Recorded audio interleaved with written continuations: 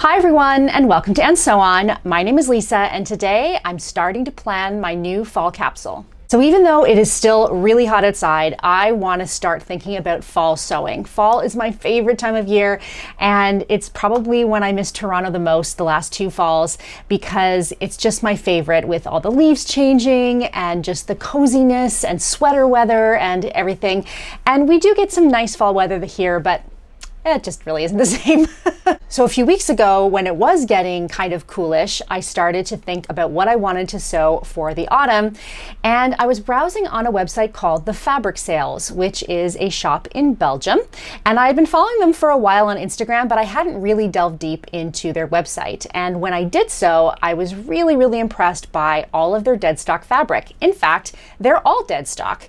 And I love the idea from a sustainability point of view that dead stock fabric is fabric that otherwise would be unused or worse, burned, which is also terrible for the environment. I reached out to them and I asked them if they would be interested in sponsoring this series of videos by providing me with the fabric. And I'm going to show you the fabric that I chose here. Now, interestingly enough, when I went to the website, I just assumed it was a big company because it's a very swish kind of website and very professional, very clean and kind of fancy. It turns out this is a very small business. It's 3 members of the same family running this business for over 10 years. So I love that even more because it's a small business, family run. I just love that. So I asked the COO of the company, Niels, to tell me a little more about the company so that I could share it with you. And what he said was really interesting in that their goal was to partner with designers to help them get rid of their dead stock fabric that they weren't going to use in collections for whatever reason, and then be able to offer that both to the home sewist, but also to designers who maybe don't have the startup funds to create a huge collection to buy a whole ton of fabric. This allows that kind of cycle of fabric to reach people who love fabric, who love to create. And maybe you're not a gigantic designer, maybe you're a home sewist, maybe you have a small business where you craft, pieces in your own home or in a small tailleur, and that is who this is for. And so 100% of their fabric is dead stock. So even before I reached out to Niels on their Instagram, I had actually browsed through and chosen what my ideal palette would be for fall. And I shared it with you guys on my Instagram. So if you don't follow my Instagram, please do, because you'll get a lot more of the process as we go forward. But I shared that palette on my Instagram and got a lot of really great response to it. Basically, I want to create a very small capsule that I can mix and match. Now, the goal of this capsule is to be something that I can wear daily, because I don't work outside the home. I'm not looking for something fancy, but I do like to look put together. I do like to look chic. So I like classics, but I also like a little bit of something that's a bit on trend, not trendy, but also au courant, as the French would say. So here's my palette. I'm going to show you the fabrics, but in advance I'm going to let you know that this capsule will entail 1 pair of trousers, 1 skirt, 2 tops, and a jacket, and they will all mix and match, and there will be a lookbook at the end. So if you're not already subscribed, please do, so you can see how this collection unfolds. All right, before I show you the fabrics, I want to give you a quick tour of the website. So here that is. And so here we are on the home page, and as you can see, it's all about sustainable fabrics. I love all these popular collections that you can kind of get a feel for some different things. That's how I first discovered the striped fabric, and then the fabric library that they've created. Oh, that's a library I want to go to. Let's click on the viscose jersey so you can see some of the options. And you can see that they list the fabric and then who it was used by. So this one's Inès de la Fressange. What a fun little jersey, very Parisian. You can see the composition, and then I can click on her and see other fabrics that she's used that are now part of their shop. Look at that amazing velvet. Oh, let's look at that. Absolutely beautiful. And then you can go in and choose by fabric, color, let's see, by design, all the different possibilities, by kind of project, lingerie fabric, awesome. The zero waste packs are amazing too. Check out those if you go over there. All the accessories. So here's my cart. Here's what you're about to see. All of my different choices. And yeah, I can't wait to show these to you. They're absolutely amazing. Honestly, I could spend all day on that website. I think there are so many beautiful options. And do you ever go into a shop and like feel the fabrics and go, why are these not the fabrics that I can buy at my local? Do you know what I mean? Sometimes it feels like the fabrics created for home sewers are not the same quality and style that, you know, a designer or a shop would get. And so I love the idea of getting the dead stock because I'm getting a fabric that Dries Van Noten would choose, but it comes directly to me. So I love that. Okay, so now I'm going to show you the 5 cuts of fabric that the fabric sales were so kind to send me, and I'm going to tell you what I'm thinking of making with them. Now, because I just got these yesterday, I have not made final decisions, and I want you guys to please give me your input, and we will see what we end up with in the coming weeks. All right, so first off, I have this amazing wool jersey. So I picked 2 wool jerseys because I thought for autumn winter, wool jersey is amazing. I haven't sewn wool jersey yet, and so this will be a bit of a challenge, but you can just see it's beautiful, it's light, it's definitely soft. It is soft to skin.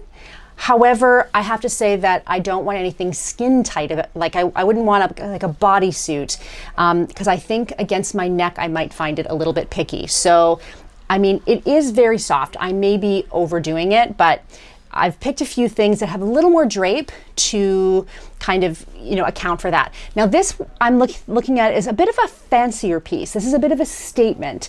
The other top fabric is a little more muted, and so think of this as our statement piece. Okay, for our statement piece, now I have a little over 1 meter of this. I think I have 1.2 meters, so enough comfortably for a top.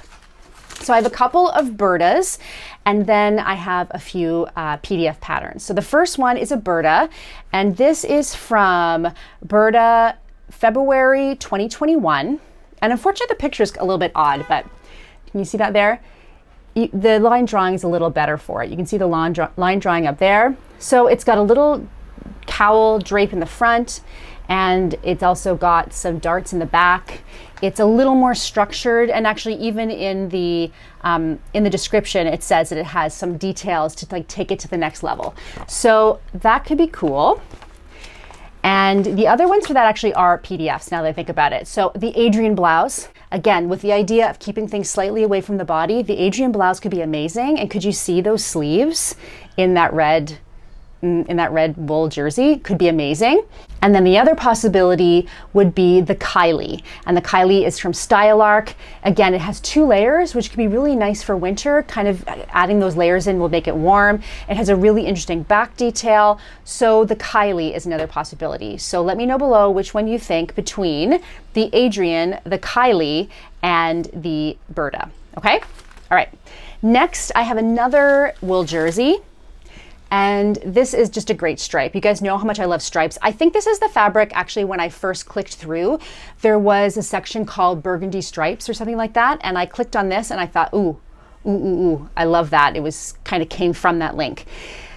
Wool jersey, again, 1.2 meters, but this one is significantly wider. And as a result, I could, if I wanted to, get a dress out of this. So this is the kind of the wild card.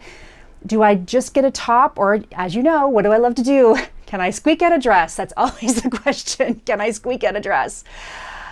I could squeak out a dress. I don't know if I want to. I don't know if that will reduce the practicality. I was even thinking maybe I could do a top and then a little knit skirt to kind of give myself a faux dress. Anyway, okay, so here are the options. Smells like wool. Okay, so here are the options. Again, from Burda, we have this one. This is from Burda Easy number 4, 2019. I have made this before. I have made this before into a dress and into a top. The top that I made it into, the fabric was not great and didn't have very good drape at all. It didn't have enough stretch to it, and honestly, it wasn't very good quality. So I don't even think I wear it anymore. So this could be great, but the pattern itself is amazing, and I really like that detail. And again, I could make it into a dress so easily. This could be a really cute dress. It could be a really cute dress. Okay, so there's that. The other 2 options are the Monroe Turtleneck by Tessuti. That's a free pattern. This could be great in a turtleneck. Could you see it with the stripes? Would be kind of awesome. A little more boxy, slightly different. Again, a little bit away from the body. Yes, I know about this, but this one is actually softer. This is softer than the red. This is quite a bit softer than the red, so I'm not so worried about that being up against my neck. So the Monroe, and then the other possibility is the Tabor V-neck from Sew House 7, one of my favorite pattern companies, and I do love that V-neck. And I could see like taking the stripe and have the stripe kind of come down, maybe cross on top, do something with the stripes, not necessarily on a diagonal, but just for the V-neck. So yeah, so those are the three options: the Burda Easy, the Monroe tank, or sorry, the Monroe turtleneck, or the Tabor V-neck. Which do you think? Let me know below. Okay, the next one is the black stretch. This is a polyester blend, and this was a last minute addition for me because I felt like to round out the collection we needed another bottom, and so I just have a 1/2 meter of this, or maybe 60 centimeters, something like that. It's got a really great diagonal twill kind of weave to it, and it is mid-weight. It's got a good amount of stretch. This is just going to be a very simple black knit skirt, and I have two options for it. One of them here is in Burda Easy. This is Burda Easy January 2020, and it is this little skirt here. Very simple little skirt, paneled. I actually kind of like, where's the other picture here? I actually kind of, yeah, here we go. This one. I actually kind of like the drawstring. I think the drawstring kind of dresses it down a little bit and could be really cute. I don't know for sure if I have 100% enough fabric for that, but if I used a cotton ribbing like in black that I could get from my local store, that would work. So that's a possibility. And then the other possibility is the Elemental skirt from Sew House 7, which is a free pattern when you sign up for their newsletter. So if you haven't done that already, head on over and get the free Elemental skirt from Sew House 7. Very simple, very clean. Yeah, so those are the two possibilities for that. Let me know below which one you think. Okay, so on to slacks. I have this really cool cotton twill from Dries Van Noten, and this is quite heavy. This would be an amazing like boiler suit, like a really heavy workman style boiler suit. I don't have quite enough for that, and also I don't think I'd wear it enough. I really want a good pair of trousers, and I think I'm going to do the Nita trousers by Amy Nicole Studios. You guys have seen me do the Nita trousers twice. I've done them once in a stretch black suiting and once in linen as a pair of shorts. For me, fitting trousers is really challenging, and so it was kind of between the Morgan jeans and the Nitas, and I think the Nitas might be a better fit. So I'm going to make the Nitas out of this, but I am going to use the hack that Amy Nicole did on her blog, where she showed how to get rid of the front pleats. I don't think that I need the pleats on this one, so I'm going to take off the pleats. I'm going to keep them in the back, the darts, because they do really help with the fitting, but I'm going to get rid of the front pleats and make this flat front, and I'm also not going to do the cuff. I'm going to make them maybe even straighten out the leg a little bit and definitely get rid of the cuff. So unfortunately, no voting on this one because when it comes to pants, I kind of have to go with what fits. All right, last but not least is the most fun. Oh, look at this fabulous coating. Oh, I love it. I love it. I love it. I love it. Like, this to me is just so classic and statement at the same time. Anything I make from this, I'm going to be able to wear until the day I die. It's just so classic. The other side is herringbone, so I could feature that in some way, or if I decide not to line the coat, I'm good because the inside is different and looks super, super cool. So I'm going to put here how much I have because I never remember how much I asked for, because I knew I only wanted to do like a short-ish coat. I'm not doing a big like long coat like I did last year. This is going to be more of a jacket. Now, I had something in my head that I haven't really been able to find, so I have 3 possibilities here, but I may come up with something else in the next video, so don't hold me to it. Okay, the first one in terms of PDFs is the Pona jacket by Helen's Closet. She's just done a version that's lined. I love Helen's Closet's patterns, and so I think that could be a really good one. So that's a possibility. Then in the same, one of the same Bertas, this is the first issue of 2020. There's this jacket, which I think is cool, and the fact that it opens could be something that you could use to feature that other side of the fabric, you know, the wrong side of the fabric. So there's that. That's number 1. Number 2 is from Patrones issue 402, and it's this one, which is already also plaid, similar weight. You can see in the line drawing there how that looks.